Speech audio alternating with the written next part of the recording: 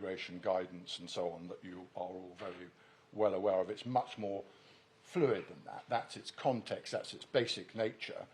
And we submit that the judge was right to recognise that basic nature as part of this exercise of interpretation, still under this first main submission, as he did at paragraph 156 in the judgment. In a nutshell, the TOR, the terms of reference, are for the use of experts, and by experts I include all of those in the various bodies that are referred to, RMB, RAVEC, Met Police, anyone else who's involved in the decision-making and so on. They are for the use of experts in making the various judgments that are called for by the context. That's the first main submission that you have in the summary.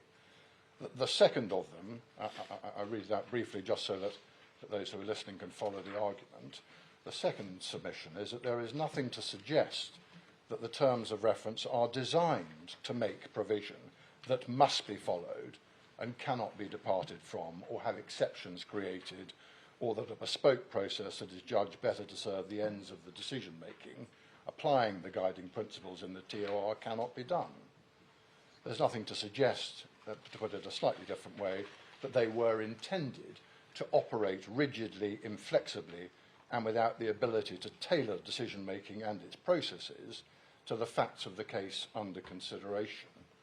And of course, as you're very well aware, policies more generally may often be framed in apparently unqualified terms, and all will recall some of them in the Good Law Project case, but will still need, in fact, to be designed, and are in fact designed and intended, in a particular context, to admit of exceptions and qualifications.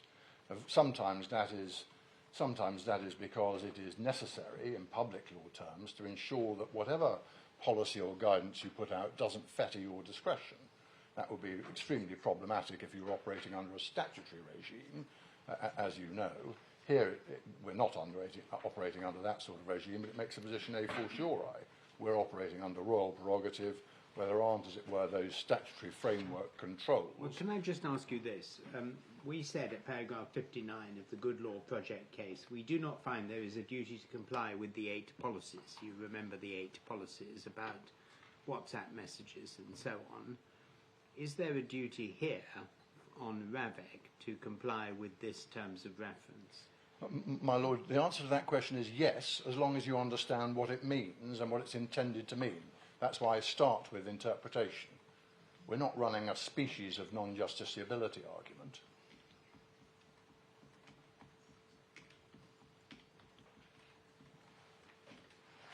Yes. If I may, still on intention in the second submission, that there are good reasons of principle, therefore, against it being designed in a hard-edged way rather than a fluid and flexible way. The principle is the one I've described: need to avoid fettering, need to leave it open, must apply a fortiori to royal prerogative because of the absence of a statutory framework, but also good reasons of practice, because to take any other approach would fall straight into 2 problems. One of them is the policy, not law distinction, and the second of them is to adopt what we respectfully submit with respect the judge was correct to characterise, see, for example, paragraph 178, as the appellant's, quote, mechanistic and overly literal approach to the 2017 TOR.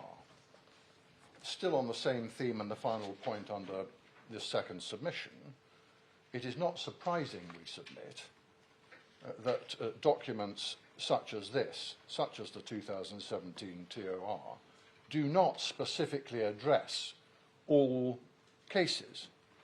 They don't address unusual cases like this one. And that illustrates a broader point, which is that it simply isn't helpful to approach the language of what is in the TOR as if they were intended to do that. And it makes little specific sense to complain that the terms of reference don't provide for the sort of bespoke process adopted for the appellant. Almost by definition, a policy won't provide for a bespoke process outside its ordinary run of operation. But a policy should not in principle, we submit, be interpreted as precluding the need to deal with those cases if they fall through the run of cases that go through the system, as this one does. And unsurprisingly, perhaps, no complaint is advanced by the appellant that Ravek is continuing to consider his case. He hasn't fallen outside of this process at all. He's considering his case and continues to do so, notwithstanding that there is nothing in the terms of reference that directly or expressly allows for that. But that's just the flip side. That's a reflection of the obvious need for flexibility and pragmatism and a high-level framework document such as the TOR providing the sort of guidance it does. So that's the second submission. The third submission is perhaps the most important. The most important feature of the context here as integral to correct interpretation. You have this summarised on page 1 of the short document I handed up. The most important feature of the context here as integral to correct interpretation is the nature of the exercise that those acting under the terms of reference are undertaking. And we submit, just to develop that a little bit, if I may, we submit that a reasonable person, and no one's quibbling with the idea that it's the reasonable person that we're dealing with, see Raisi and other very well-known cases, the reasonable person would clearly understand that the core objective of those functions, i.e. the functions of those with responsibility for making decisions under this process, is to make nuanced judgments about security protection, bringing all of their expertise and experience to bear, including, I would add, making decisions about unusual cases and what process should most appropriately be followed for the run of cases going through that system. The core objective that I've just described is not consistent, we submit, with the sort of mandatory, rigid, rules-based approach that is being suggested as the intended interpretation here.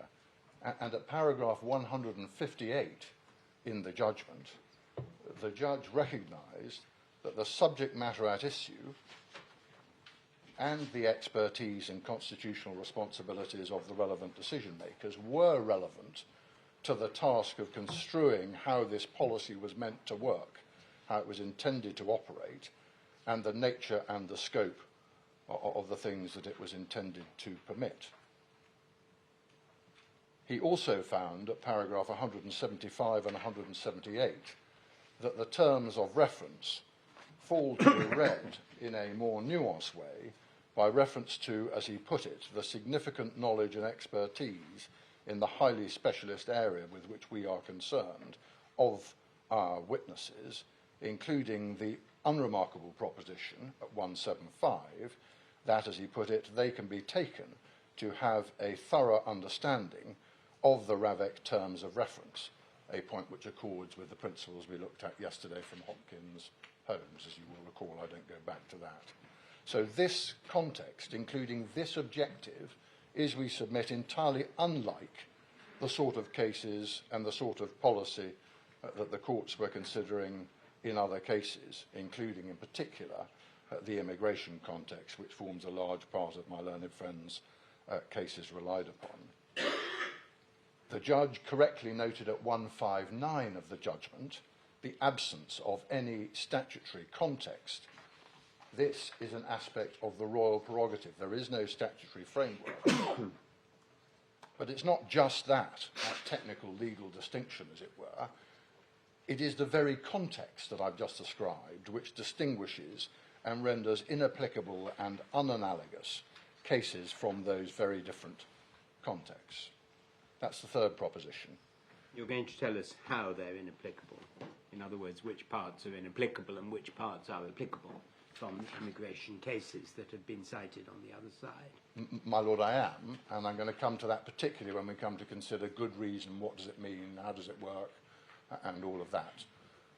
But in terms of this exercise of interpretation... No, I understand it's not here.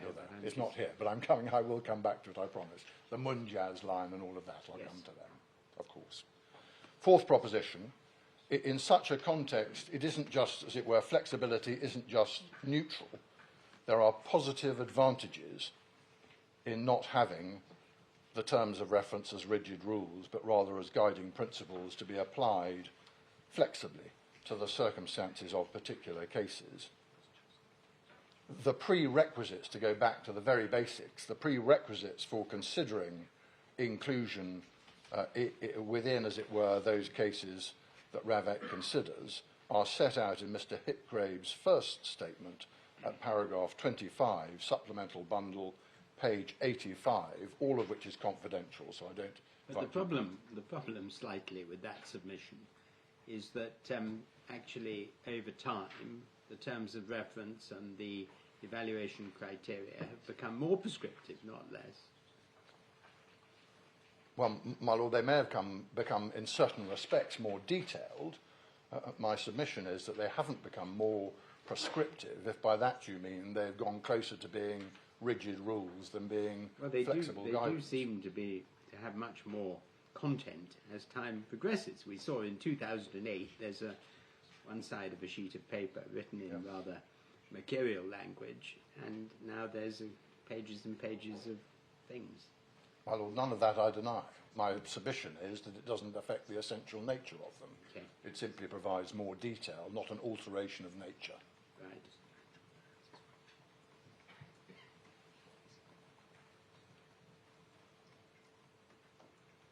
My submission under this fourth main point is that each case does fall to be considered and should fall to be considered, both procedurally and substantively, on its merits, in accordance with the particular circumstances of the case.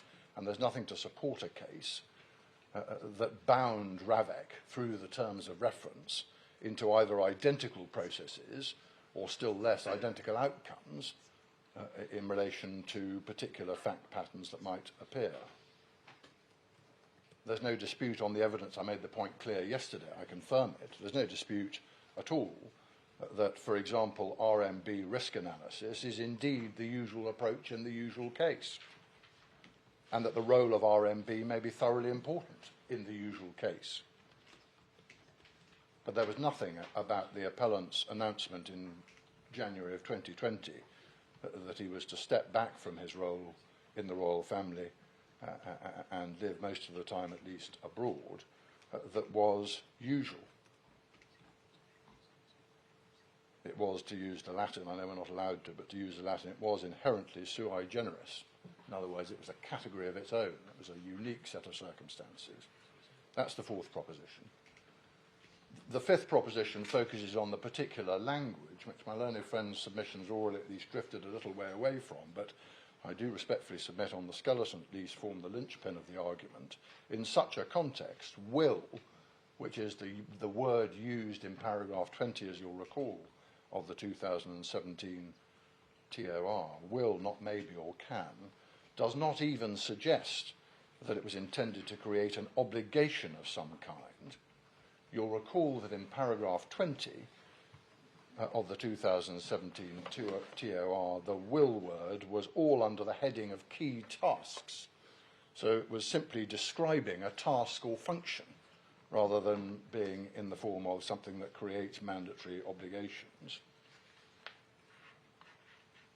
And the judge was right, we submit, at 162 of the judgment to conclude that even at its highest, paragraph 20 could not be applied to all or any individuals who demanded protective security under the system, precisely because there were value-laden judgments as to who should be treated as falling within the Ravek cohort, to what extent, if you do fall within, what is the most appropriate procedure, what is the most appropriate outcome in terms of protective security. So all the value judgments in question to be made as to whether a person fell within, and if so, what security should be provided, would in fact be informed by an RMB assessment.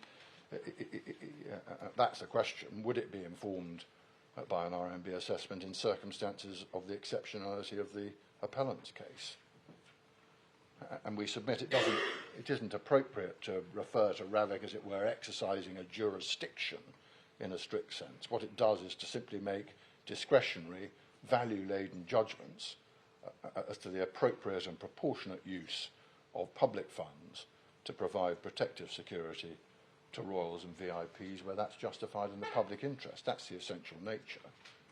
And so we submit that the judge was right to emphasise, as he did repeatedly, that the terms of reference require those value judgments to be made both procedurally and substantively. And it might be thought, but all the more so, those points are all the more forceful given the description, accurate as we submit it to be, of the essential nature of the RMB process. Can I just invite you to go back to the judge's judgment at 229, paragraph 229.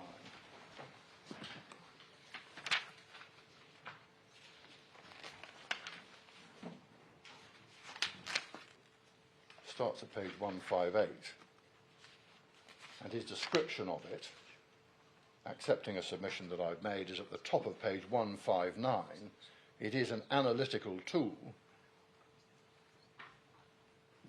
Accordingly, given RAVEC concluded that a better tool was available in the form of the process described in the letter of the 28th of February, there was no procedural unfairness, and so on. But it is ultimately the RMB process, an analytical tool that informs, or may inform, those value judgments. And once that is evident, it's equally evident that whether the analytical tool is in fact useful and the most appropriate process to go down, and certainly in relation to any suggestion that it was intended as a matter of interpretation to be mandatory in all cases, becomes untenable. It's simply a tool in considering the issues as to whether someone should have protective security under RAVEC, and if so, in what form. And the question that has to be considered by the decision makers is whether or not that is the most appropriate way of doing things. Is that an analytical tool which they wish to reach for in the particular circumstances of the case? We note finally in relation to this fifth point that on the evidence it's perfectly clear that RAVEC did not in fact apply or operate the terms of reference as if they set a whole bunch of hard-edged rules, but did treat them as providing guidance to the sort of decision-making, the myriad different types of decision-making they'd have to make in relation to the cases which they had to consider. So that's what we say about interpretation. I turn then, if I may, to the second argument, and I'm going to take this in two parts. The first, the respondent's notice, and the second, the way in which the challenge is made on this appeal.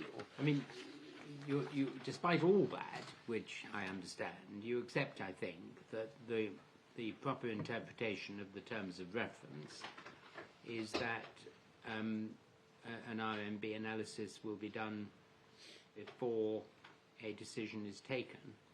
That's what it says. In the usual run of cases, what we're arguing about on interpretation is whether that's an immutable rule that has to be followed in all cases, including this one. Implied into it is in the usual run of cases. Yeah. That's the sense of the interpretation. That's what divides the parties. My learned friend says, as a matter of interpretation, RAVEC has no option. It's bound by the wire on the cage. And we say it's more elastic than that and plainly intended to be so.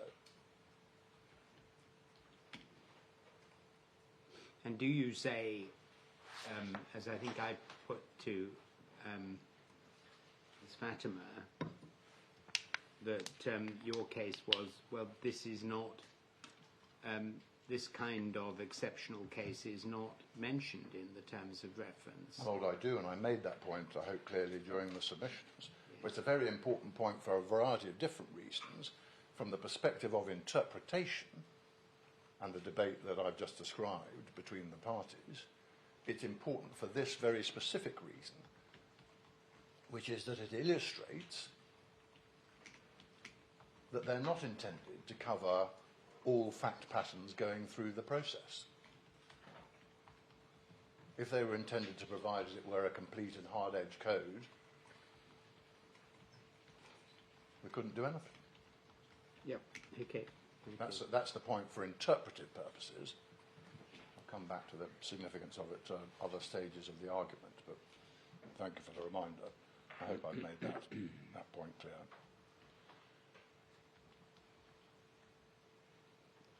My Lords, I said that I was going to take the second argument in two parts.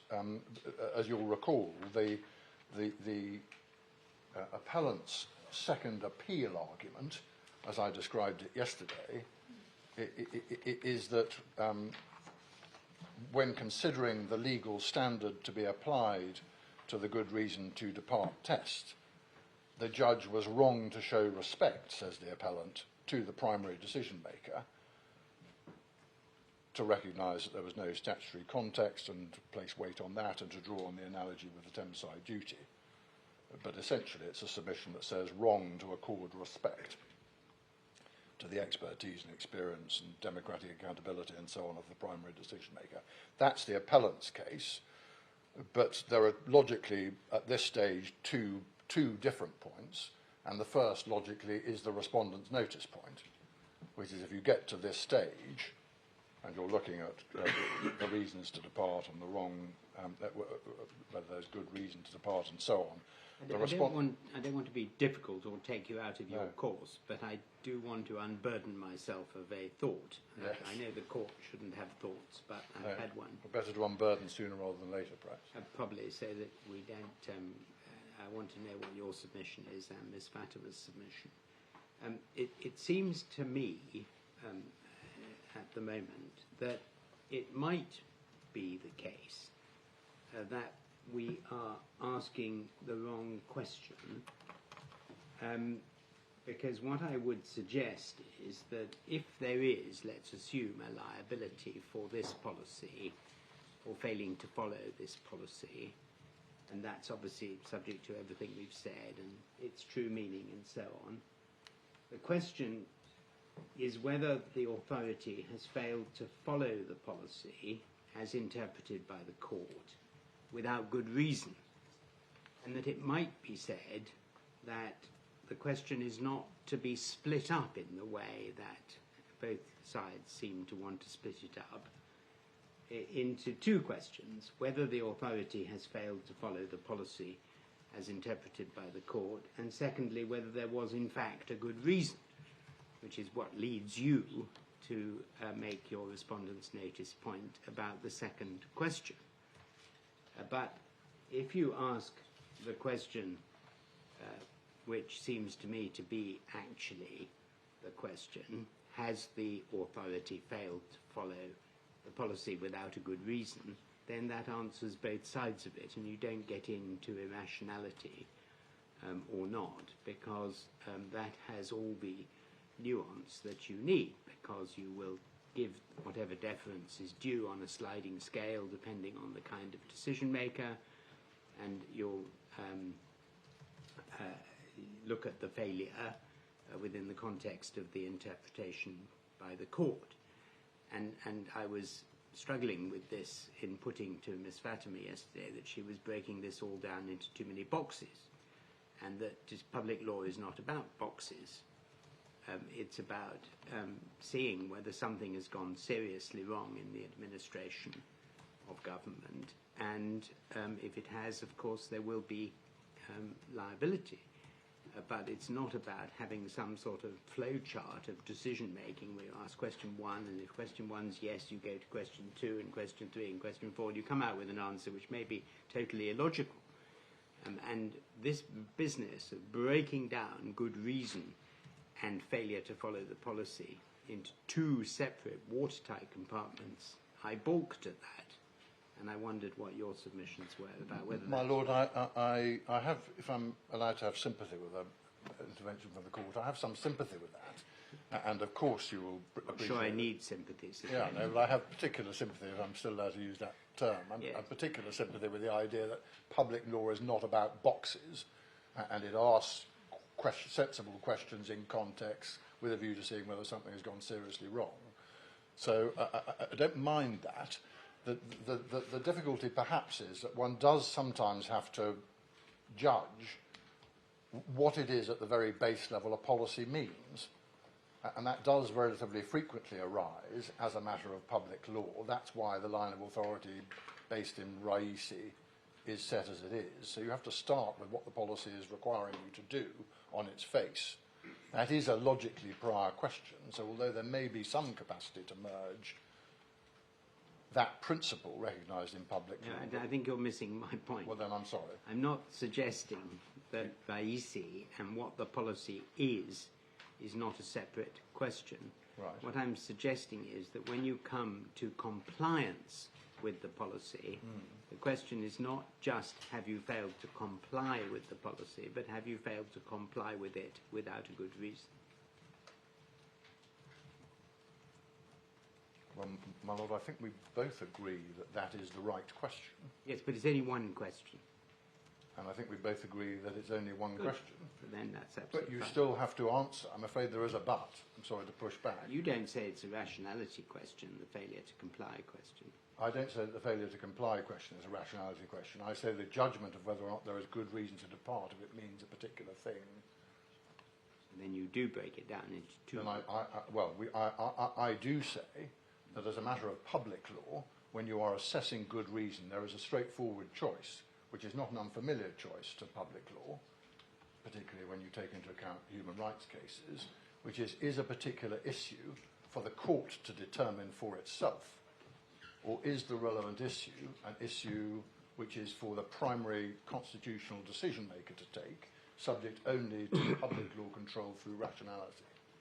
That is a very well recognised question that arises across the sphere. I mean, to take the Human Rights Act example, my Lord will recall that at the heart of one of the issues, at least, in the Rwandan appeal, was that question as to whether or not the divisional court had got themselves in a bit of a muddle about what the nature of the approach was.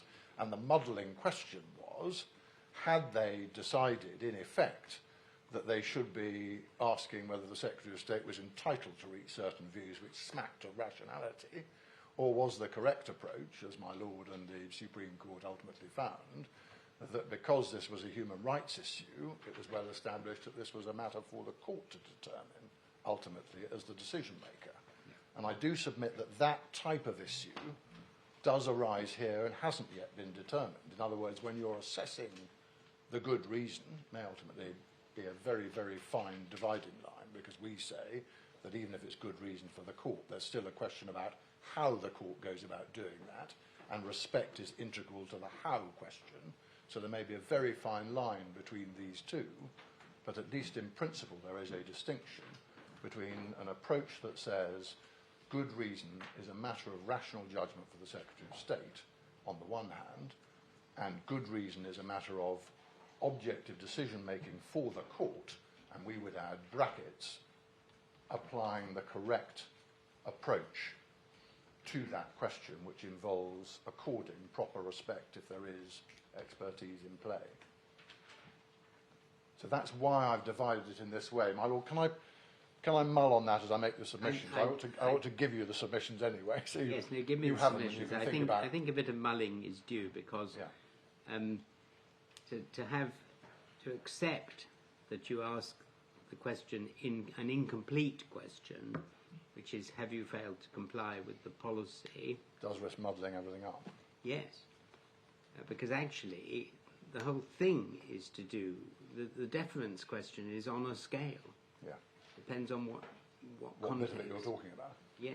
No, I see that. And you can't really answer have you failed to comply, because you say at one end of the spectrum, well, they didn't really fail to comply because the policy may have said you should have an RMB, but it didn't address this type of case.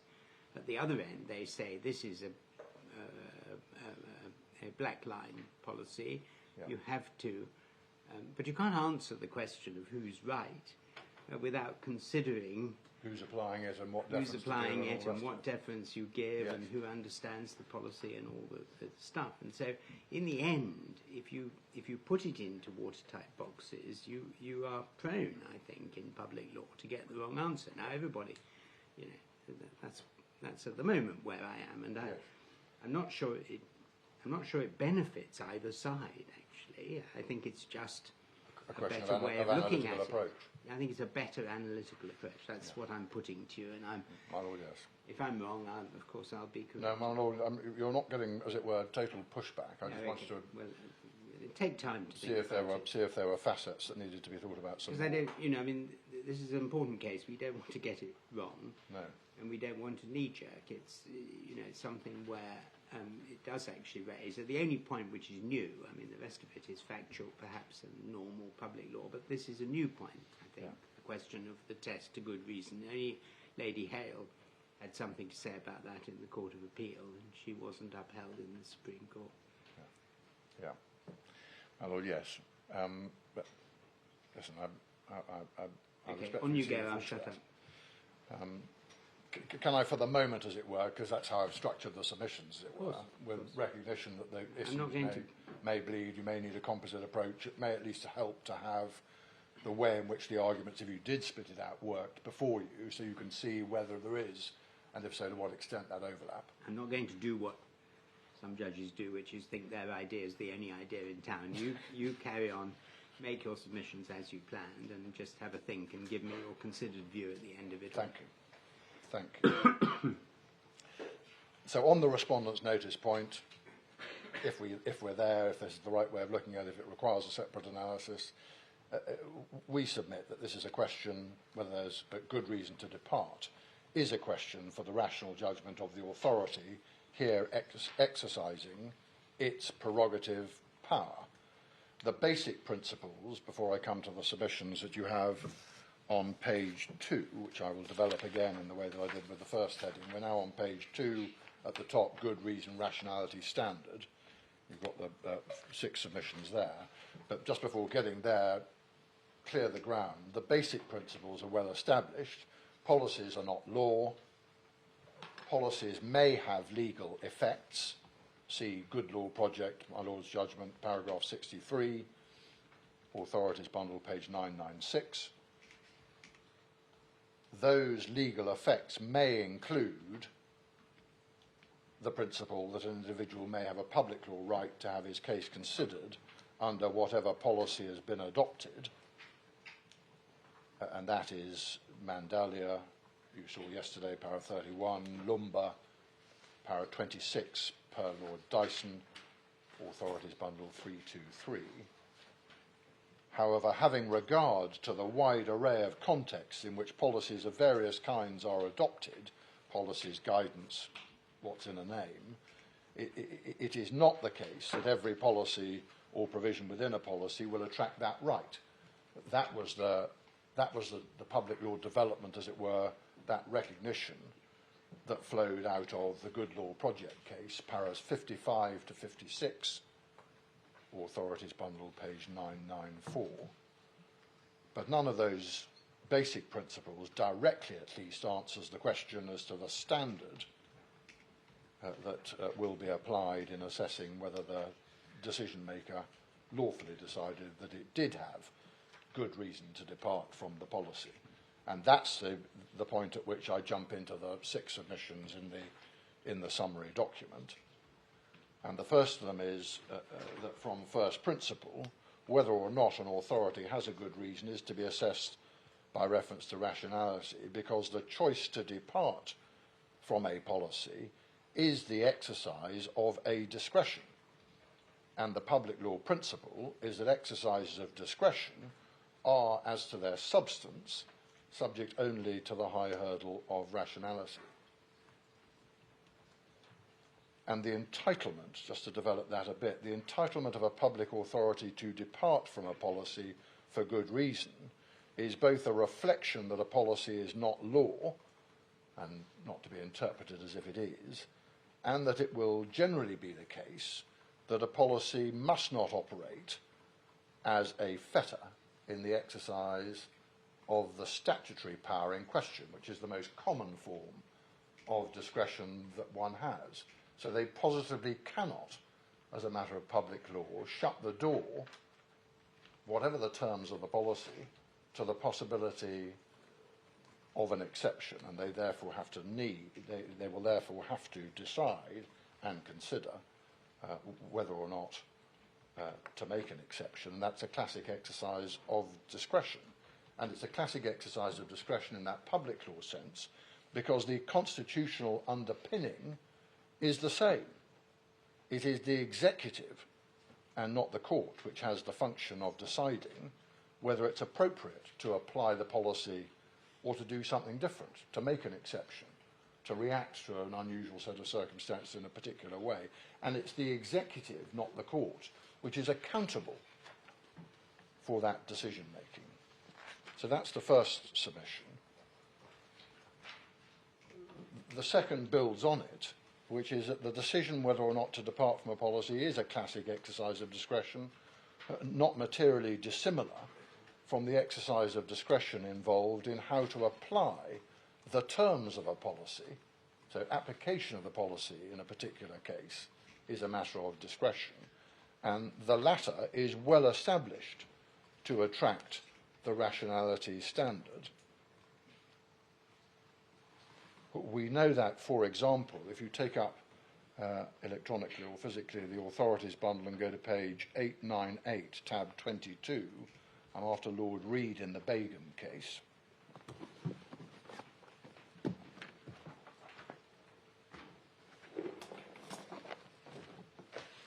And 898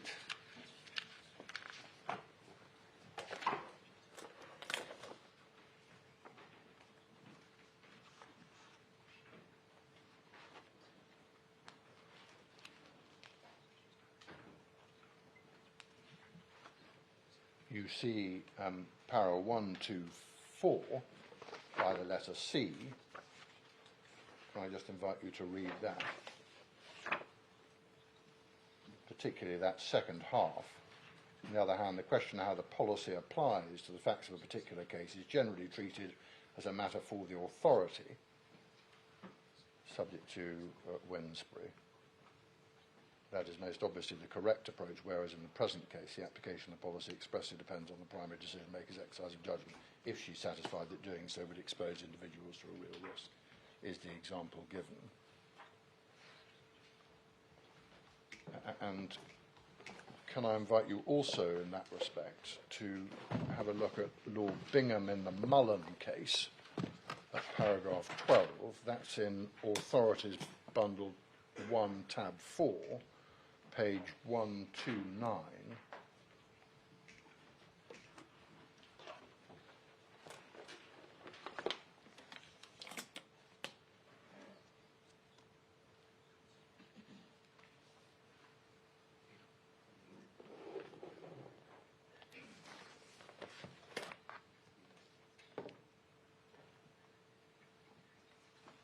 And you'll see in particular the fourth point that he makes in paragraph 12, which goes over the page to 130. This is about paying out under ex gratia compensation scheme, so royal prerogative again. But he says at second line on page 130, I consider that the Secretary of State must enjoy some latitude in the administration of the ex gratia scheme, so long as he acts fairly, rationally, consistently in a manner that does not defeat substantive legitimate expectations. His decision has not been shown to offend any of those rules.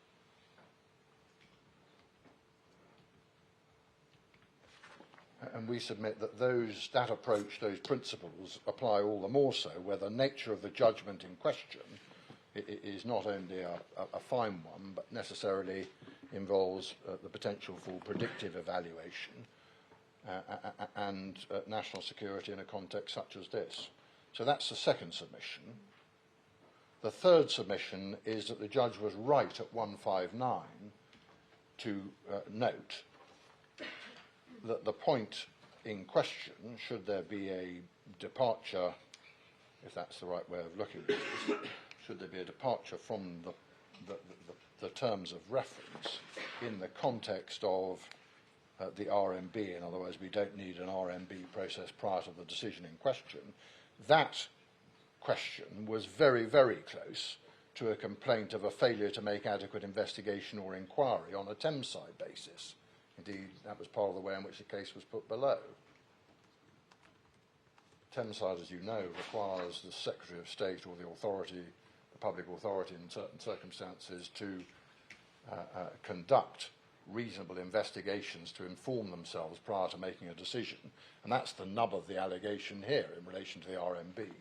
They didn't do the inquiry or didn't call for the inquiry that was there and was necessary. That is pure Thameside. And the significance of that for present purposes, of course, it is now in the context of the policy, but the essential nature is a Thameside nature. And as we know, a Thameside complaint does allow the decision maker the leeway that the rationality standard accords. And you have, in relation to Thameside, for that principle, that it's subject to and controlled only by rationality, you have the Court of Appeal, I think it was Lord Justice Singh and Lord Justice Coulson, I can't remember the third member, but the Court of Appeal in Balaji Gari, again a very well-known case, paragraph 70, don't invite you to turn it up, simply establishes that Thameside is a matter of rationality challenge only. Balaji Gari, paragraph 70, Authorities Bundle, tab 19, page 740.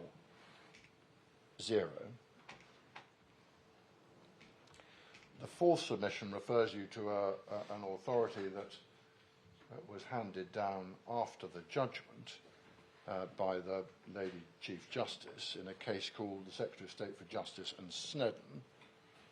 And you have that, if you would, in Authorities Bundle 2, tab 29, page 1096. Again, it's a different context, of course. This was a case involving, as you see from the head note, it was a case involving the parole board and the Secretary of State and the intersection of their powers and responsibilities. And under the relevant statutory scheme, the Secretary of State in certain circumstances, and here the context was transfer to open conditions, the Secretary of State could ask the parole board for advice. There are obviously certain circumstances in which the parole board can give, as it were, directions to the Secretary of State, can produce judgments that the Secretary of State is bound by, in effect. This wasn't such a context. This was a context in which advice was sought from the parole board, and the question there was, what are the circumstances and what are the principles that govern the possibility that the Secretary of State will get advice from the parole board and not like it? In what circumstances could the Secretary of State depart? And there'd been a whole raft of first instance decisions building on the Bradley line of authority, in effect saying you need good reason or you need compelling reason for a departure from the parole board's advice. And in essence, what the Lady Chief and the President of the KBD and William Davis, Lord Justice William Davis, decided was that the position was governed purely by rationality. In other words, the Secretary of State could simply disagree with the parole board's advice, and whether or not that was unlawful was simply a question of rationality without any supervening imposed test or heightened test, as it were. And you get that, if I can just refer you to the paragraphs, you get that in particular from paragraph 33 on page 1109.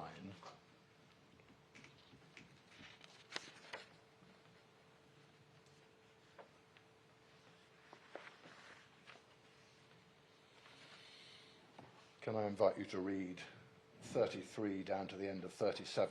It's a little bit longer than the sideline passage, but page 1109, 33 to the end of 37, if you would.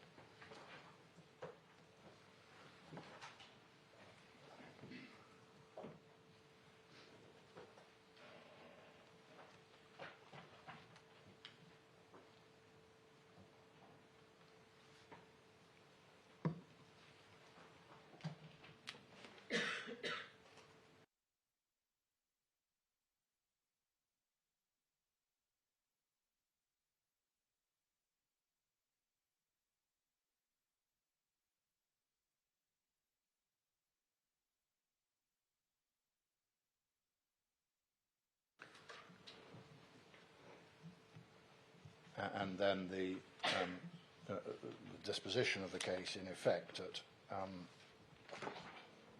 44 in particular.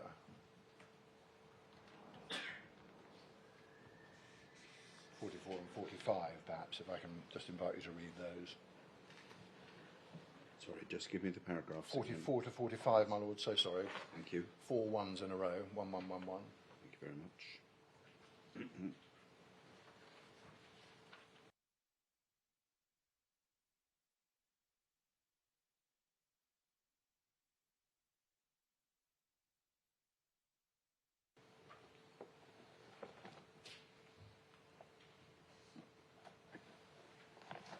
I mean, 44 gives some support to the point I was making. My lord, I had spotted that. It does, but you'll see why I take you to this authority. We submit that there is, of course, it's a different context, but we submit that there are some parallels, as it were. Translate that kind of reasoning into our situation. Ravek will take account of its terms of reference and the role of the RMB and the way in which it's usually very useful and so on, of which it can be assumed to be very well aware, but it can identify and is entitled to identify reasons to depart from them in a particular case, which it may for itself consider to be both good reason and sufficient reason, but in reviewing the lawfulness of that decision, the court's role is to assess the rationality of the decision. Of course, that exercise will no doubt include consideration of whether or not Ravek has taken account of the rationale for generally seeking RMB's advice and so on, as reflected in the TOR, but that doesn't involve the court substituting its own view as to the reasons and whether they were good or sufficient or not. It's a rationality test, in large part because of the fact that in that context, under that statutory scheme as here, the primary constitutional decision maker and the person who has to judge all of these things is the Secretary of State, or here, Ravek. And any other approach would therefore require the court to substitute its own judgment on the merits of that decision for the constitutionally accountable and institutionally competent decision maker. I can't help thinking that all of this assumes that there is some binary decision as to compliance with the policy, so that it assumes that the interpretation of the policy is clear, and it is clear that there has been non-compliance, and then you move to the question of good reason. But actually all of the questions, namely the interpretation, may feed back into a lack of clarity at that point. And the good reason are interconnected. Yes, my lord, I totally accept that. And you cannot just say, I'm paying no deference to the decision maker in some circumstances, at any of those three stages, but that how much will be on a sliding scale. Yeah. The whole thing's on a sliding scale. Yeah, that's what public law's about. Yeah. Well, none of those basic propositions we have any disagreement with at all. And can I take it very, very quickly and give you the last 2 points super quickly so as not to try the court's patience any longer? Very patient court. I've noticed. My lord, the fifth proposition, as set out in the summary document, is probably doesn't require much development.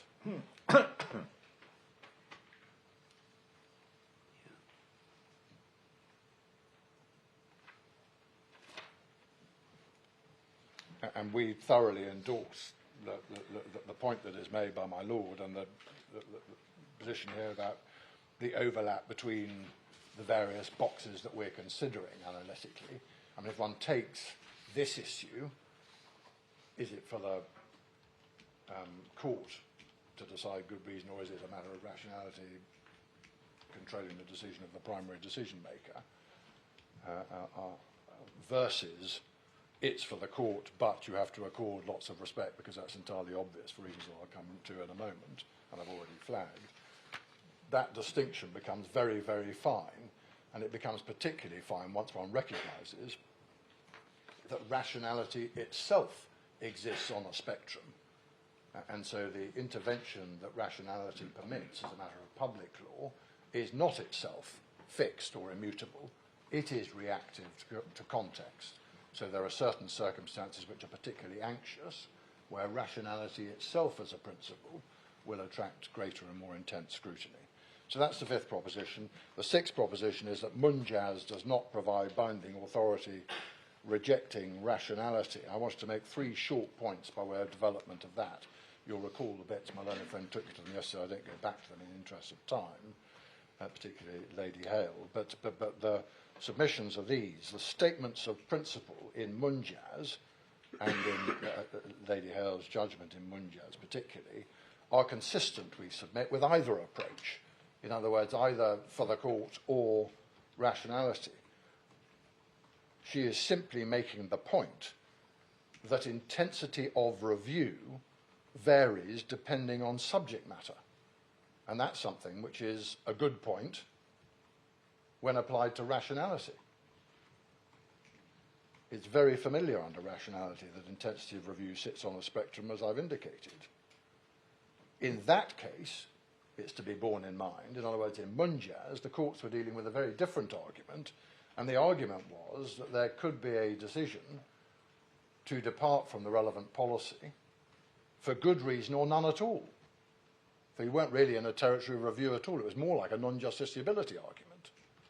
Unsurprisingly, the court rejected that, but it is neutral as to the debate that we are having between rationality on the one hand and good reason giving leeway or respect on the other.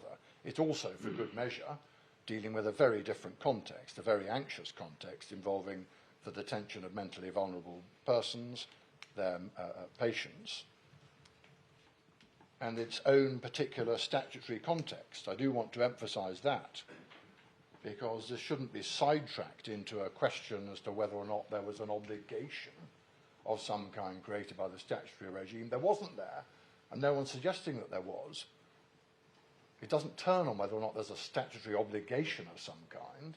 The relevance of the statutory context is that it may make clear, absent an obligation, just how important it is that there should be policy, there should be guidance issued under the statute which should guide decision-making across a run of very different cases that will have to be applied as consistently as possible for all sorts of obvious and good reasons, particularly when one's dealing with a subject as difficult and as anxious as the detention of those with mental difficulty or incapacity. So those are the 6 points we make about rationality versus for the court. In any event, and this is the second part of it, as it were, this is the ground of appeal, even if the judge rejected those submissions, as you'll recall in the judgment, he said, no, it's a matter for me to decide, but then the ground of appeal arises, even if the judge is right on the basic approach, and good reason is for the court, it is still, we submit, appropriate to accord respect to the decision maker in a context such as this, and what they thought was a good reason, in effect. And that's the subject of the submissions that I've sought to pull together at the bottom of page 2. You see the title, If Good Reason is for the Court Still Appropriate to Accord Respect to the Decision Maker in a Context Such as This. And I've given you the 4 submissions that we make there. I just wanted to develop them briefly, if I may. We've addressed this issue in our skeleton at 29 to 31,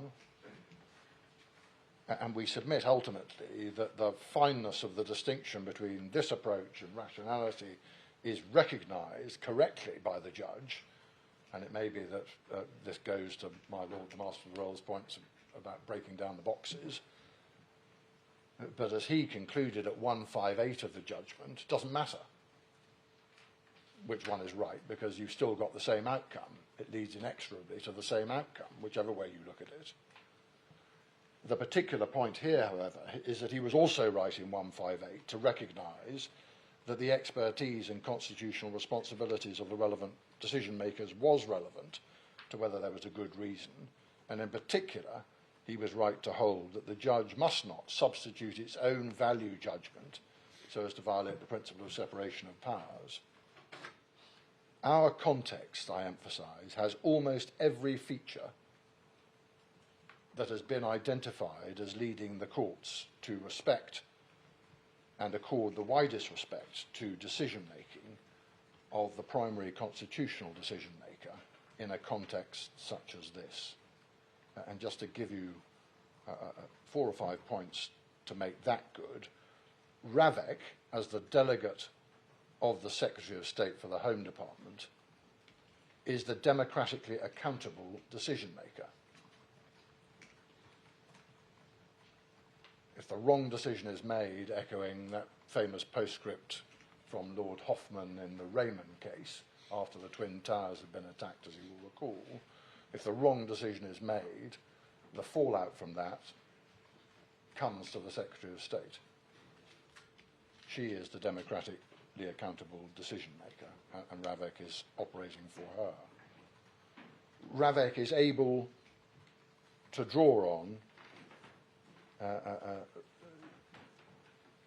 expertise and is itself expert and experienced in a thoroughly important way. So expertise is uniquely available to the executive in this context. Ravek's judgments are made in the context of and about security, including national security, as the judge rightly accepted at 157. It has to consider and weigh the impacts on the public interest of the consequences of, for example, an attack. And that isn't merely a predictive judgment, itself a ground for respect in its own right. You'll recall para 32, which I'm going to come to, of Lord Carlisle, emphasising that a predictive judgment was one of the bases on which you record respect to judgments of the executive in this sort of context. But the subject matter is about as far from something that could attract empirical proof or a right or wrong answer as one could imagine. And the recognition of the executive's competence and accountability is underscored, whereas here the decision is made personally by the chairs of Ravek, with the intimate involvement of the chair of the RMB at the time, who are highly experienced and expert in these sorts of issues and what is and is not the most appropriate way of going about the decision making.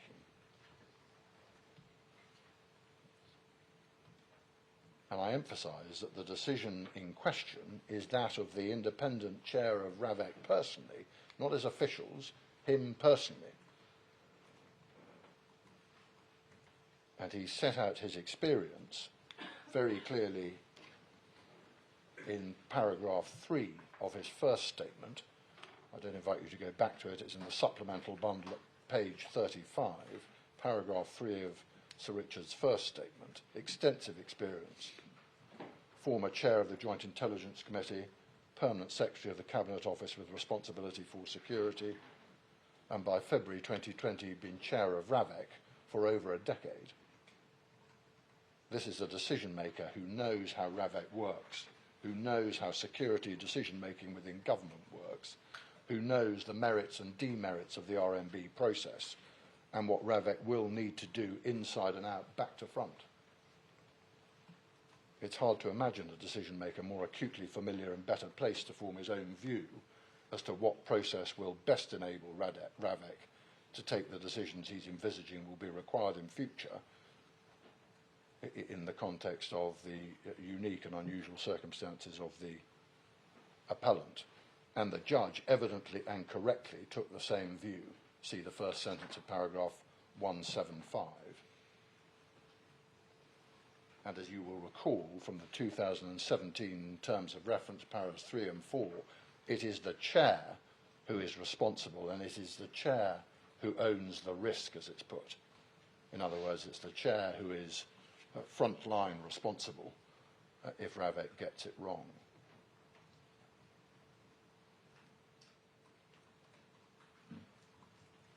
All of those themes, all of those features, all of those factors have been reiterated time and time again at the highest level in our courts, including especially, and the court probably won't need to go back to this because I'm sure you're all very, very familiar with it, the Supreme Court Lord Reed in Begum. Can I give you the paragraphs? I'm very happy to go back to them if you'd like to be reminded of them, but they are very familiar, I'm sure, the paragraphs that are key for present purposes, including the whole-scale adoption of what Lord Hoffman had to say about separation of powers, constitutional responsibilities, the reasons for respect, and all of that, are paragraphs 55 to 62 in Begum. Paragraph 70, perhaps especially, paragraph 70, and paragraph 109, and you find those in the authorities bundle, tab 22, page 878, then 882, then 894.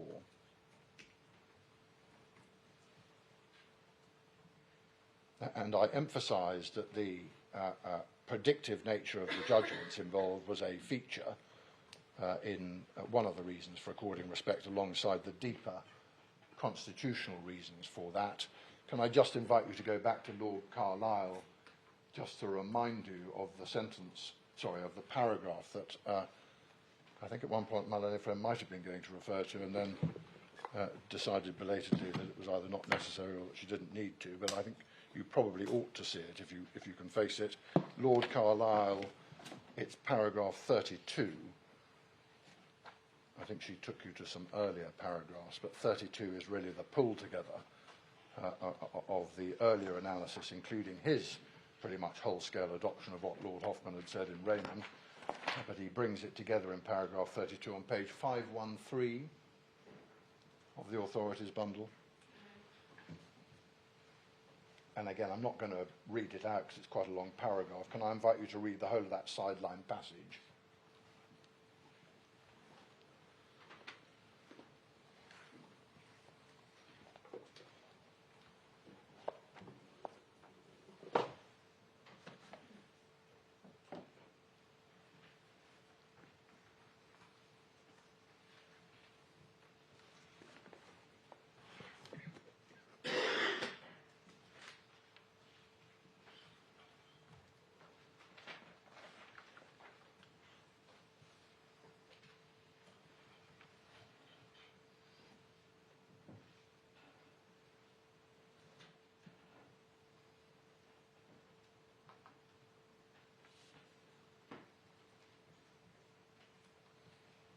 So you see all of the themes, democratic accountability, institutional competence, as it's put, all themes picked up by Lord Reid in the passages I took you to, predictive assessment, no right or wrong answer in the sphere of security.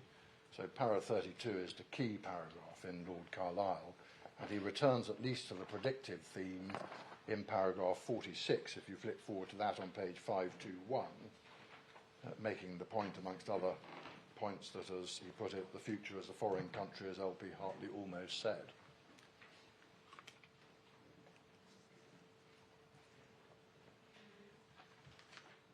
And again, you see how he applies the themes from 32 in that paragraph, bringing back those basic constitutional ideas and playing them through into the facts of the case that he was considering, which is a case about whether or not an Iranian lady should be admitted to the United Kingdom for the purpose of discussing things with parliamentarians.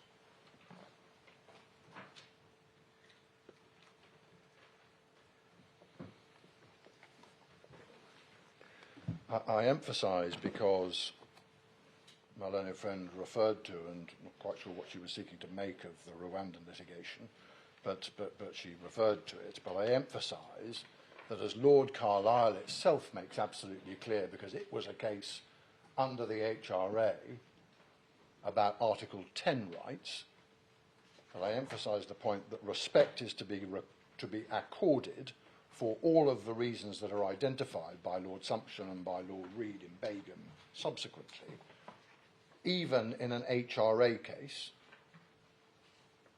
And I put it that way because, as we discussed earlier, under the Human Rights Act, and as the Rwandan cases in the Court of Appeal and the Supreme Court and Begum itself make clear, in the HRA context, the question of violation is for the court to determine. But there is no dissonance or discordance between that and according respect, because this according of respect which is now absolutely constant as a theme throughout all of the recent Supreme Court case law, including in the context of Article 14, for example, and the recent SC case and so on. But it simply goes to how the court goes about determining that question for itself. And so that makes the point that even if the court is the ultimate judger, the ultimate determiner, the ultimate decision maker of, for example, good reason or violation of the convention, it matters not. There is a question as to how it goes about doing that, and the answer is it goes about doing that by according proper respect to these sorts of judgments in this sort of context. It's also to be borne in mind that these points go, and they're pretty much flip sides of the same coin, they go to the breadth of the discretion that is accorded to a decision maker, but also to the degree to which the courts will scrutinise its exercise. And sometimes it's put in one way, sometimes it's put in another way. It doesn't terribly matter.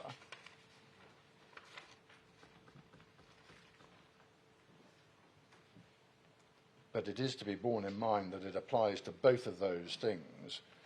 And so the debates around rationality or how you take it into account and all of that don't depend upon how you describe it, whether you describe it as greater scrutiny or not. But we submit the judge made no error in according the degree of respect that he did to the issues in this case about what should be done in terms of process particularly, and in relation to the RMB, which is the main thrust of the attack, in relation to the unique set of circumstances that confronted Ravek here. And that takes me to the question, if good reason applies, what is the test?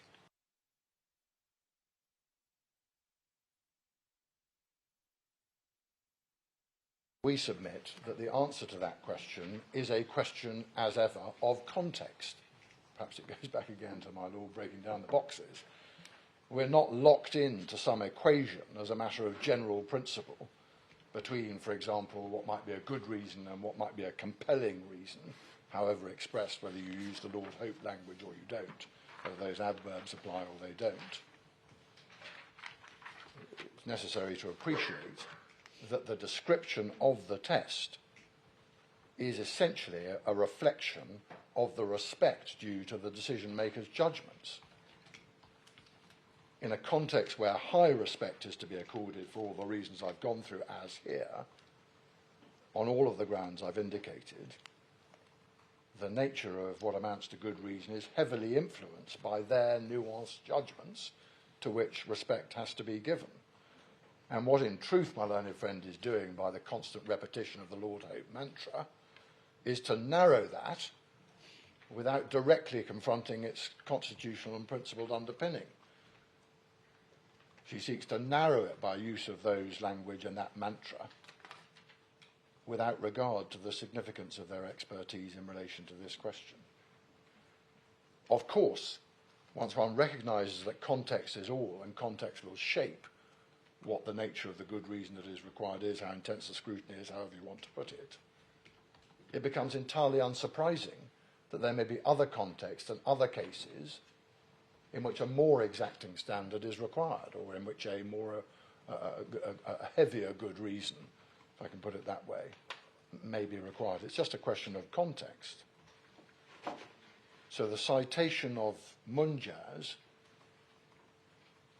in the present context as authority for the need, as it were, for compelling reasons, whatever the phraseology was, incorrectly, we submit, elevates a fact and context sensitive decision into a generally applicable principle, and that is simply incorrect. Indeed, in Munjaz itself, the House of Lords squarely and directly recognised that the standard required of the reasons in question would vary according to context. See for that recognition para 21 of Lord Bingham and paragraph 74 of Lord Hope, Authorities Bundle, pages 192 for Lord Bingham and 209 209 for Lord Hope. And similarly, therefore, when the policy is one that is issued under statute and has the statutory framework, which may go to emphasise how thoroughly important it is that all national health authorities operate in the same way to achieve consistency, or all immigration officers dealing with a run of cases going through, again, to achieve consistency, approaches in a particular way. They're simply features that go to the context. You can't build from the assertion that strong reasons are required in one context to anything like a general proposition. That is therefore those two bits of this second aspect.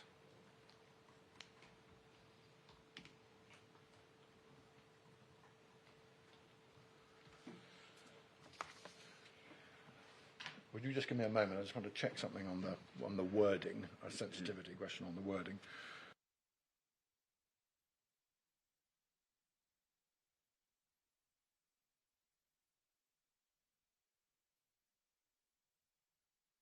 Put it this way, because I'm very conscious this document may go to the press. In relation to this third question, this is good reason, application on the facts. Mm-hmm. Can you go to the summary document and go to paragraph 4? You see the final line says plans including. Mm-hmm. We're going, if we may, to delete the next 3 words. Right. And insert actual.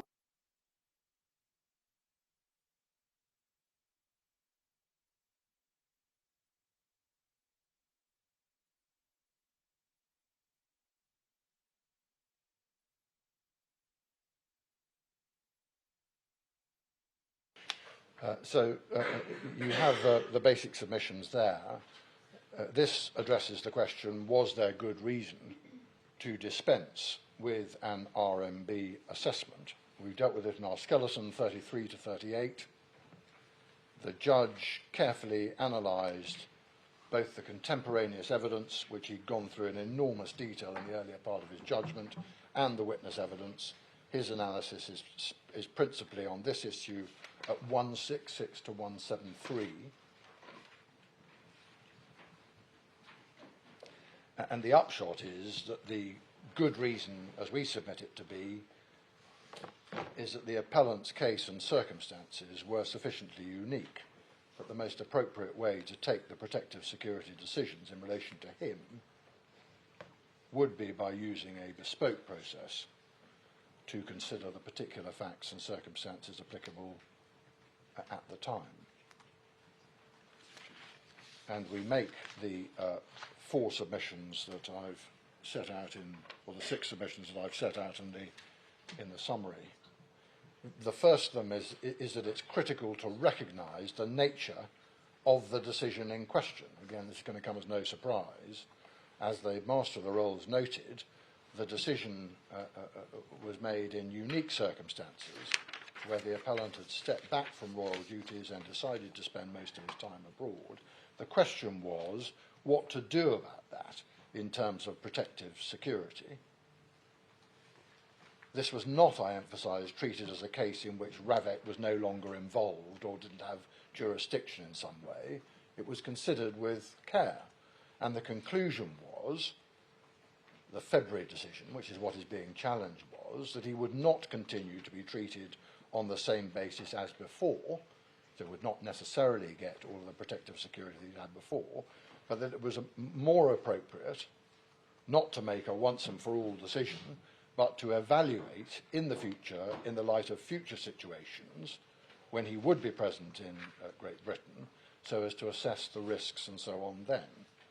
And I emphasise also that nothing was excluded or shut down in relation to what might be useful or appropriate to do in the future, including, if considered useful or appropriate, which it might or might not be, to conduct some form of RMB assessment in the future. And it is the nature of the actual decision that frames the good reason analysis. In summary, good reason, question mark, for deciding that a bespoke process was appropriate. And the suggestion then has to be that an RMB exercise was necessary for that decision. So that's the first point, critical to understand the actual nature of the decision that's being justified, as it were.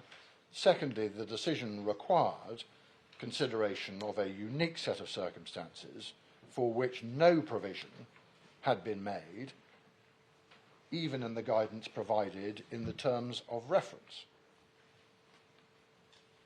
That has, it is to be emphasised, not led RAVEC to throw up its hands in horror and say we haven't got any guidance under the TOR, so we're not going to make a decision. Still less to decide that the appellant fell outside its remit, as it were, so it didn't have to make a decision. But it also emphasises that there is nothing in the idea that the terms of reference governed or bound the process in some way, including RMB, in this sort of case, because there was simply no provision for this sort of case in the terms of reference. So if, to the extent that my learned friend makes a submission that says, well, whether or not there's good reason depends on how hard you move from the policy guidance, we submit that you don't move very far from the policy guidance if the policy guidance doesn't cater for the unusual set of circumstances that you're dealing with. That's the second point. The third point is that the evidence was considered with the greatest care and in considerable detail by the judge, who was, we submit, entitled to reach the conclusions that he did. And we do submit that it should not be forgotten that this is an appeal. The question is, was he entitled to reach the conclusions of fact that he did? Not whether there's some sort of re-argument and that you should do it all again. Obviously, if the thing has gone badly wrong in principle... unless you got the law wrong. Unless you got the law wrong, exactly. Well, we're back into that. But otherwise, it's a strict test that you know about in terms of disagreeing with a judge on findings of fact. Particularly, it might be thought in a case like this, where there are very prolonged arguments, there was an enormous quantity of documentation. Well, I mean, I'm interested in your submissions, Miss. The argument on the other side had quite a large proportion of this part of the judgment was wrong on the facts. So you say, do you, that short of an argument that those were perverse or, yes, or simply wrong, could not be sustained, that was open to him unless he got the law wrong. That's exactly what we say. Subject to the point we were discussing earlier, if you've gone badly wrong in principle, then the door gets open for us. This is not a perverse not one of those. appeal. This is not an appeal of the facts. This is an appeal On the law. on the law. It is, my lord, that's a submission. But for good measure, can I do the fourth and the fifth submissions together, as it were, because then I want to develop them together, as it were. They are that the evidence indicated that the better and more appropriate course of action than calling for the RMB to produce some report was to consider the matter over time in the way that I've indicated, enabling consideration in the light of the actual facts and the actual plans and so on, and bringing to bear whatever expertise was necessary at that time. And not merely was that more appropriate, but that sort of bespoke consideration led and leads to no deficit for the appellant.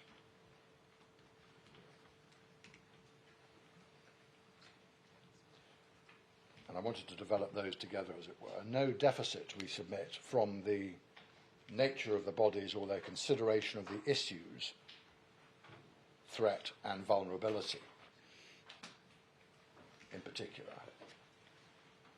The makeup of the RMB is explained in Hipgrave 1, paragraph 56, supplemental bundle, page 92. The representation there, as I know my lords are aware, particularly from the question asked by my Lord Justice Bean, is very similar to that of RAVEC itself. There's a kind of overlap in terms of institutions. And of course, all of the expertise and so on is an institutional thing. It's not, maybe enhanced by the thoroughgoing experience and expertise of a particular individual, but it's basically an institutional point. And so it makes a lot of difference if they are directly, in effect, the same organisations in different guises. The RMB is not more expert than RAVEC. The latter, of course, that's RAVEC, has very senior security and policing specialists and can call for whatever other expertise it considers as appropriate in a particular case. The RMB is not more independent in some way than RAVEC. There is no basis whatever for the suggestion that RMB will be more rigorous.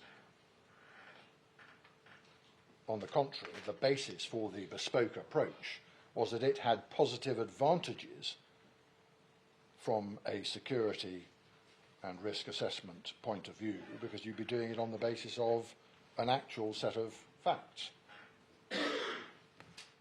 The RMB's role, as described in the evidence, is concerned with an overview, taking a principal's position generally in the round, and that may be a very helpful exercise, as the evidence makes clear, when someone is here all the time and has got an established role or activities. It's a great deal less so when they're here for a limited time and for unknown or various purposes. That is likely inherently to require a more flexible, more fact-specific approach. And that was at the heart of the judge's judgment at 170 to 174, and we submit he was entitled to make all of the factual findings that he did there. It is of some significance, we submit, that the chair of the RMB was himself intimately involved in the decision-making process and the run-up to the February decision by RAVEC.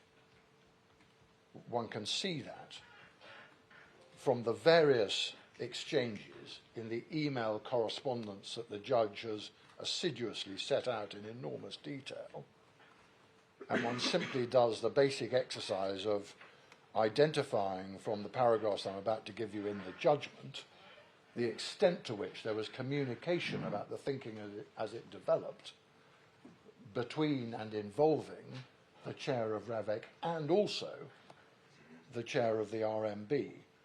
One sees it in particular from the judgment and its summary of the various exchanges and conversations and emails, paras 25 to 28, 30, 40, and then especially the ones that you looked at yesterday, 54 to 58, in which the judge sets out those emails, the paragraph 1 emails, if I can put it that way. I think it was 207 and 204 of the supplementary bundle. 54 to 58 of the judge's judgment sets those out verbatim, and he returns to that email exchange at 167 in the judgment. And then friend Ms. Fatima says rightly that an RMB analysis may be qualitatively different from a threat assessment. So it is. It undertakes a risk analysis which takes the threat assessment as its starting point and goes on to consider vulnerability, generating in the lingo likelihood, and impact, generating in the lingo risk.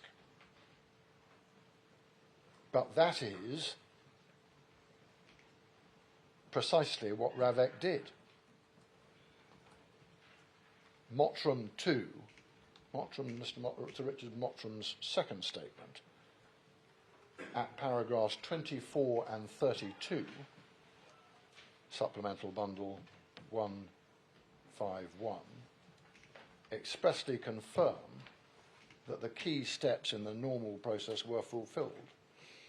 And I'm not going to go into the detail of all of that because it's confidential. So I may have to come back to that in the confidential session, but I give you those paragraphs, 24 and 32 of Mottram 2, and I give you also in that respect the current RAVEC chair's statement in the supplemental bundle at page 358.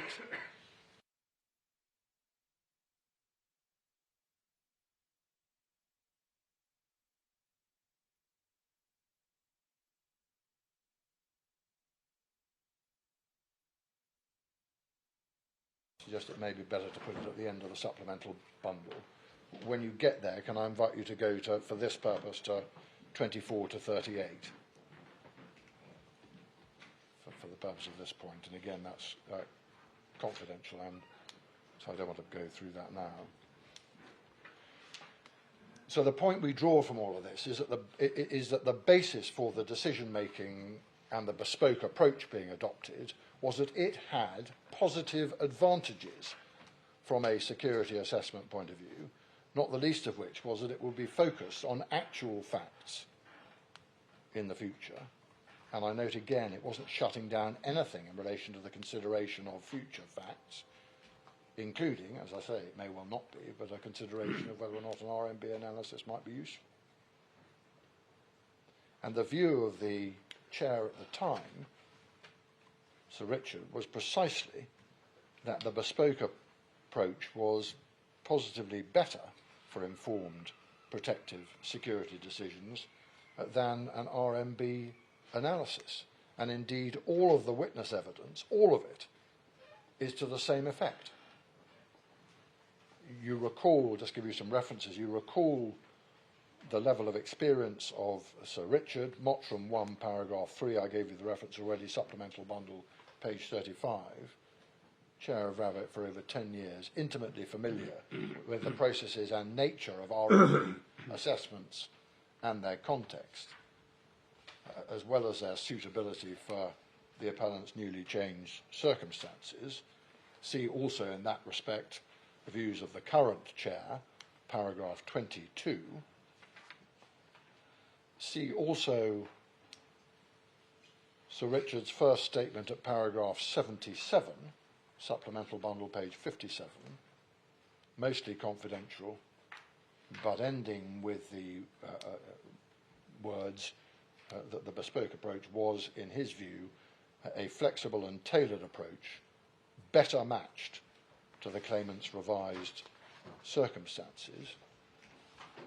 He comes back to that in his second statement, paragraphs 35 to 37, supplemental bundle 154, especially paragraph 36, where he said the effect of that bespoke case-by-case consideration process would mean that an RMB would be unnecessary because alternative governance arrangements would be in place through RAVEC for considering individual requests on a case-by-case basis in context, and expressing the view at paragraph 37 that it made much more sense, as he put it, to do that for the confidential reasons that he gives in paragraph 37.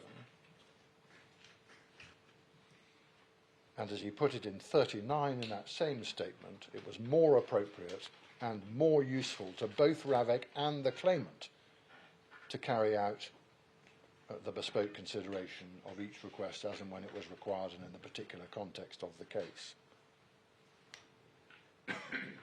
That's also the view, i.e. that that's the right way of doing this, of the current chair.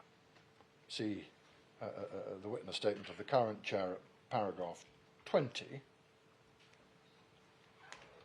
as he put it, and you ought to read the whole of that paragraph, but as he put it, a more effective and informed view could then be reached. It was the view of the senior Home Office official, see Hipgrave 2, paragraph 20,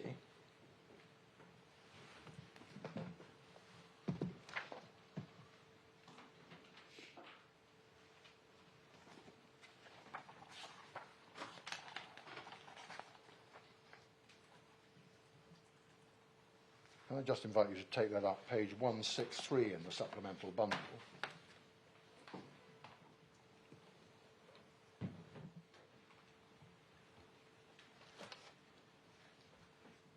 And can I, some of it's confidential as you will see, so I won't read it out. Can I invite you to cast an eye down paragraph 20?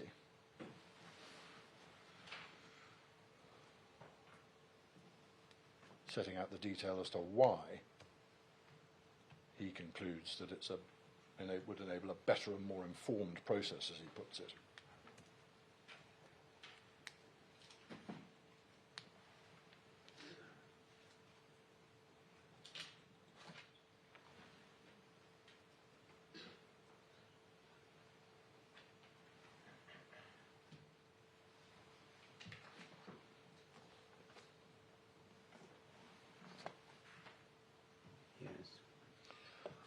all of that is accepted by the judge, and we respectfully submit he was entitled to do so. See, for example, and in particular paragraphs 170, 172 and 173.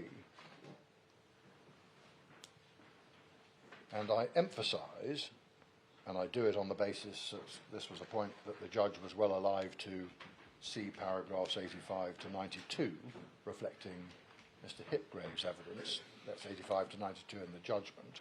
All of those witnesses well understood at all times what the RMB process was, what role it played, what it did, and how it did it, including, I might add, the chair of the RMB with whom the matter was discussed in the immediate run-up to the February decision. So the court at this level, and indeed the court below, would have had to have disagreed with the unanimous view of all concerned, with all of their expertise and experience, that this process was the most appropriate in terms of the process to be followed, that it was not necessary to hold any form of RMB process for the purpose of this decision, and that there was no deficit in the process they proposed to follow from the perspective of the appellant. He was not being singled out, as it was put yesterday. On the contrary, the process adopted had positive advantages for him in the view, the unanimous view of all of those witnesses.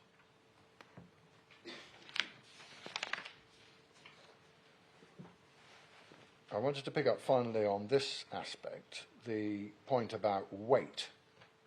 My first submission, you won't be surprised to hear me say, is that this isn't really a suitable subject for an appellate point, because precisely it is about weight.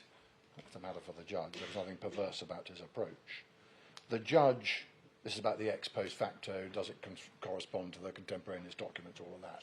We submit that the judge was right, that the witness evidence was consistent with everything I've just described, and there was no reason not to accept that witness evidence in its totality, not least in the absence of any application to cross-examine those witnesses.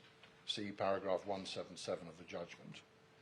And he directed himself, again correctly, by reference to Lord Burnett, Chief Justice's dicta in the 2022 Good Law Project case. See, for that purpose, for Lord Burnett's description of the principle, paragraph 86 of 2022 Good Law Project, Authorities Bundle 959, where he said the general rule is that the evidence of a witness is accepted, this is all in a judicial review, is accepted unless given the opportunity to rebut the allegation made against them, or there is undisputed objective evidence inconsistent with that of the witness that cannot sensibly be explained away so that the witness's testimony is manifestly wrong. A court hearing a judicial review will generally accept the evidence of the public authority, and it will not normally decide contested issues of fact. The judge directed himself by reference to that approach in principle at 161 of his judgment here. But the position as I've described it and the reasons for it are reflected not merely in the witness evidence, but also in the contemporaneous documents, including, in particular, the email correspondence between the chairs of RAVEC and RMB, respectively, that you saw yesterday and that the judge recited and came back to in the reason part of his judgment at paragraph 161. There is no element, we submit, of ex post facto reasoning. This is a wholly orthodox elucidation of the context and the basis for the decision as taken at the time. That's an ordinary function of witness evidence in judicial review, and we submit that it is entirely consistent with the contemporaneous documentation. So you are nowhere near falling foul of the sort of circumstance which Lord Burnett identified as being the limited basis on which you could raise this sort of issue. So there's no error of law in the judge's approach.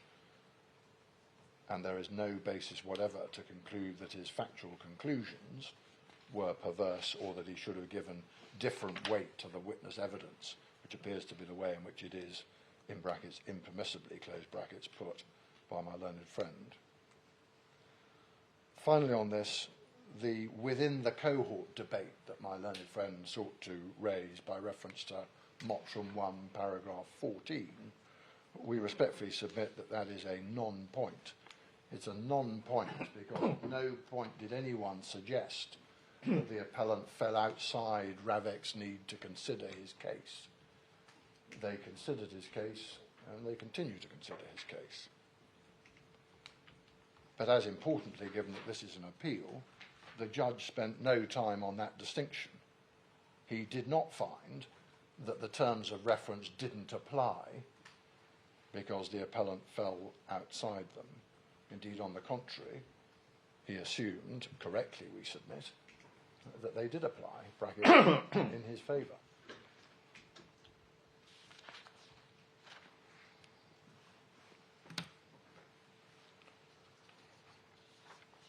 Ground 2, to the extent that I can deal without an open, if that's acceptable to move to that.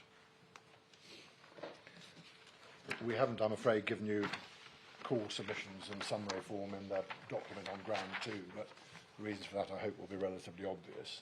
The essence of this ground, I'll try and describe it as faithfully as I can in open so that people can understand what it's about. The essence of this ground is that Ravek was required to, in effect, admit the appellant permanently into the cohort of those entitled to protective security at public expense, because his position could not rationally be distinguished from that of certain other individuals for whom Ravek authorises that sort of protective security. The judge dealt with that supposed comparison, we submit, comprehensively and without error. See his judgment at paragraphs 181 to 191. But because this ground involves consideration not only of the appellant's protective security arrangements, which are themselves, for obvious reason, confidential, but also that of certain others, it isn't possible to deal to any great extent in open court with that, and that's why we're going to have the private session. At a general level, it can be said in open session that Ravek's approach is not to proceed by way of comparison in any event, and the judge correctly accepted that at paragraph 187, and that is for the obvious reason that it's highly unlikely that two cases will ever in truth be the same when judged against the broad guiding principles which apply. That's so not just because of the nature of the guiding principle and the absence of a hardline policy, but it's also because the concatenation of circumstances is likely to play differently in different cases other than perhaps the clearest ones. It's also perhaps because the guiding principles that do apply and require a judgment or an assessment or an evaluation. It doesn't involve an empirical analysis of some description with a right or wrong answer, quite the opposite, for all the reasons I've given.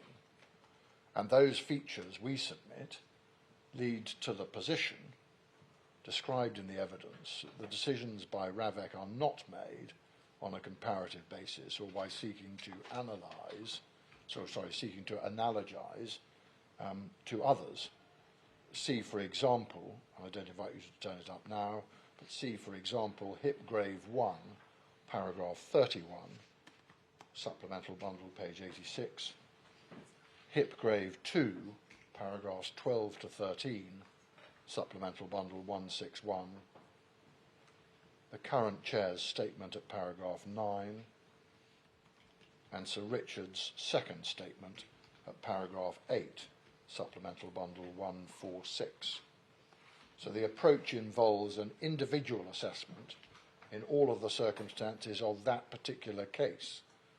What Ravek considers are threat and impact factors are described in the guiding principles. No one, of course, I emphasise, is saying that comparisons may not, in principle, in some circumstances, be of interest, or, still less, that Ravek was not aware of them, or did not, in fact, consider them on occasion. nor is anyone saying that at a very high level, applying the guiding principles, they're designed to assess the protective security issues, and so to distinguish inevitably between one case and the next. But it needs to be acknowledged squarely that it's extremely difficult, and perhaps not very profitable, to seek to compare cases other than through the broad guiding principles as applying across a range of similar cases. And I underscore the point that the helpful groupings by broad description, role-based, VIP, occasional, and so on, are simply that. They're not, and they're not to be taken as hardline categories or an invitation to compare, still less the creation of some form of legal game of compare and contrast. One only has to consider the very different individuals within the other VIP category to see that the only real link between that group is that they don't fit readily anywhere else. There is, in short, no departure from the previous position taken or inconsistency in the evidence, simply a working through of that approach, and that we submit is plainly a lawful and legitimate approach in principle, and it was the approach applied by the judge to this set of issues.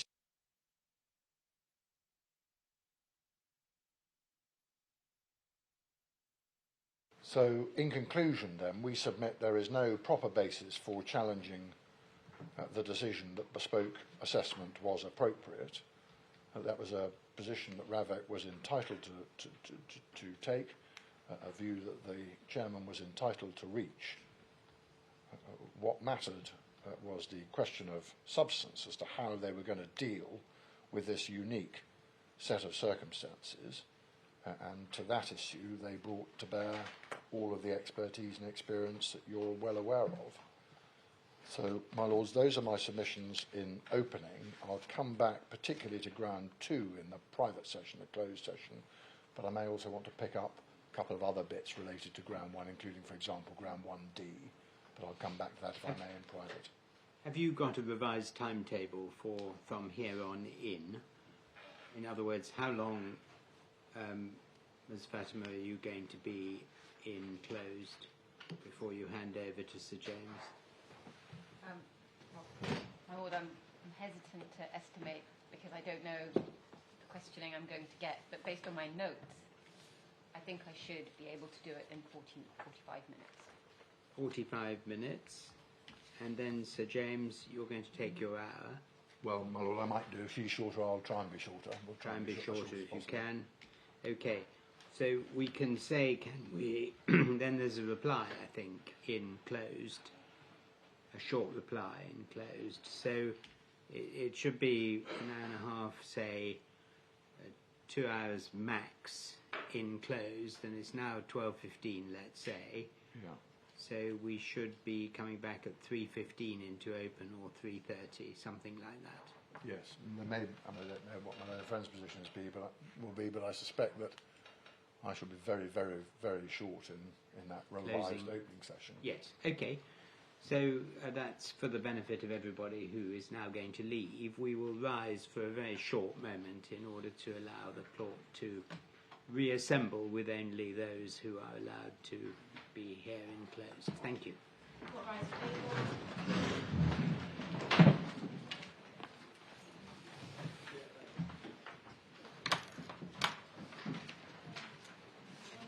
Did you say you would be an hour in closed? I just didn't hear. No, I thought I'd try and get shorter.